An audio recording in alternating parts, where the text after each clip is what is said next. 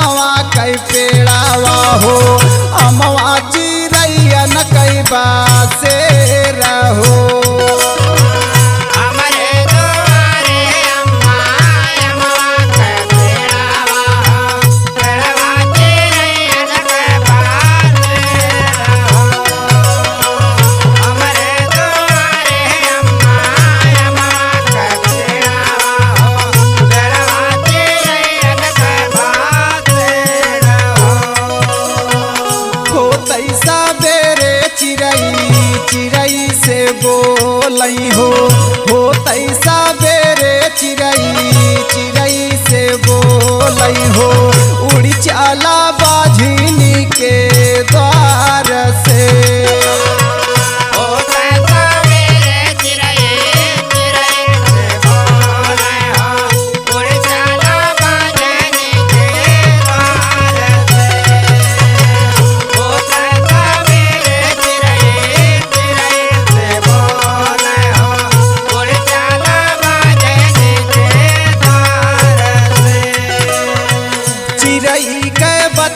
सुन के फाटई करे जावा हो, चिरई के बतिया सुन के फाटई करे जावा हो, कब भरे गोदिया हमार हो।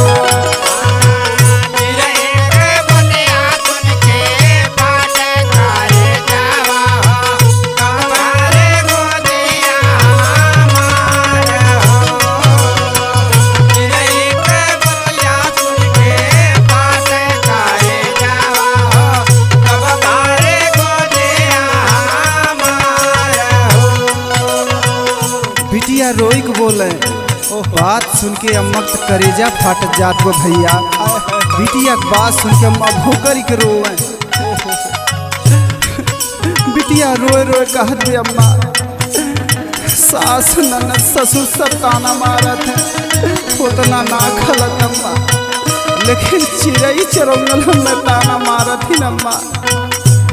तो माई रोई कहत है, ए बिटिया जाए द सबका ताना मारे दा, जेकरे साथे गहू जेकरे साथे तोहार बियाह भय बा उ तो ताना मारत ना बना। तो बिटिया रोई कैसे कहत गा, अंगूरी पकड़ के पिया घर से निकालई हो, अंगूरी पकड़ के पिया घर से निकालई हो, चली जा तू नैहर की ओर हो।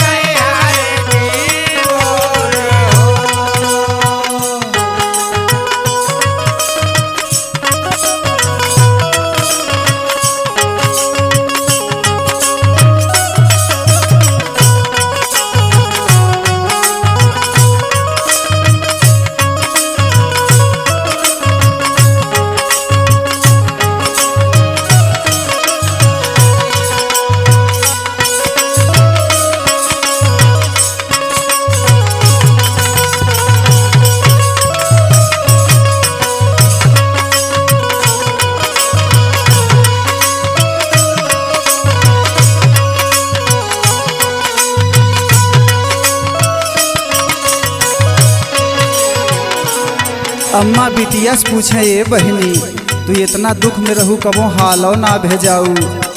बिटिया रोई कम्मस कहत है अम्मा हम हाल का भेजाई। हम जब से अपने घरे गही बड़े सुखे में रहे लेकिन भगवान गजब लीला रच दहन। अम्मा हम तबो न आए लेकिन हमार मजबूरी में आवे क्या। आगे सुना अम्मा। सोची के मारे अम्मा घर से निकारी गाए। सोची के मारे अम्मा घर से निकारी गाए। चल गए गंगा जी के तीर हो।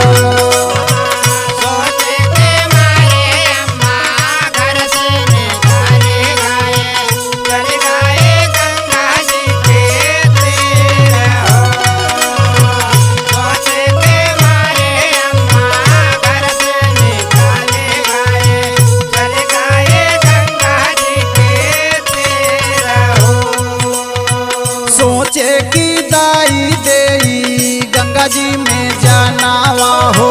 सोचे की दाई देई गंगा जी में जानावा हो। सुख गाइल गंगा जी के नीर हो।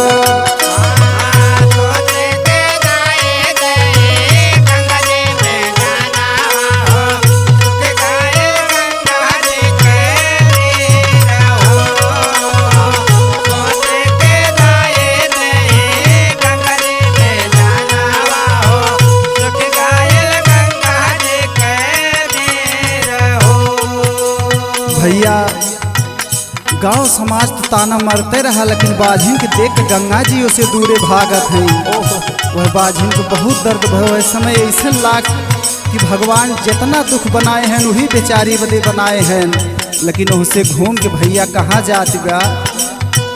डोलाता डोलत बाझिनी चली गए जंगलावा में।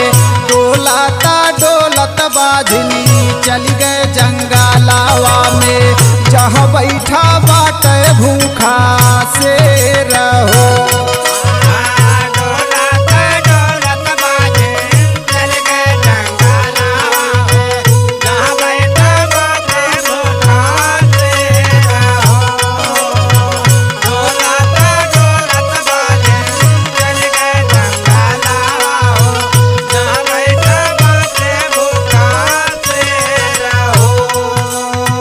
देखी का बजनिक सेरवा मुहवा का फेर हो। देखी के बजनिक सेरवा मुहवा का फेर हो। जैसे भारा बाटे हो के पेट हो।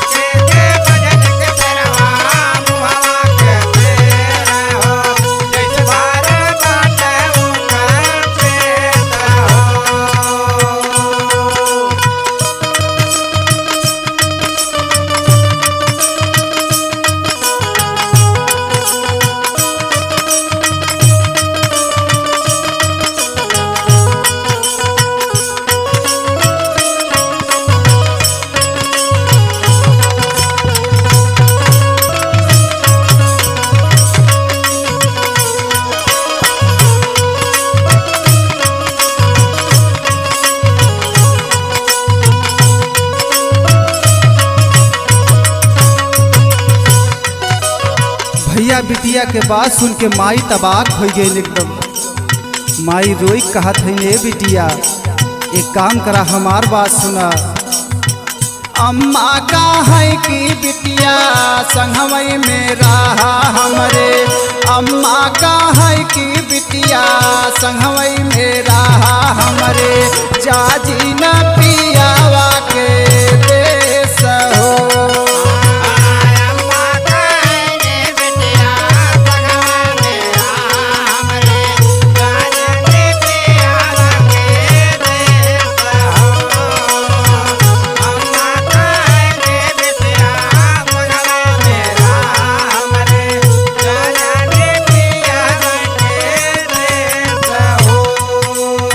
बिटिया रोई कम्मस कैसे कहा थी।